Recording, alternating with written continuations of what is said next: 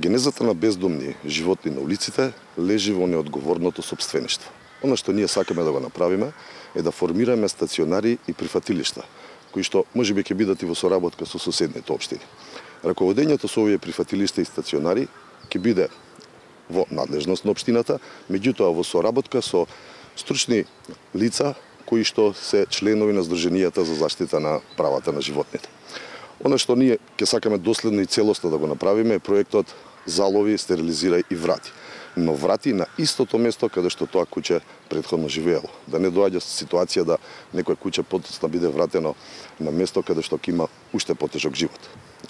Она што ние исто така сакаме да го направиме е да ги идентификуваме, односно чипираме сите миленичи.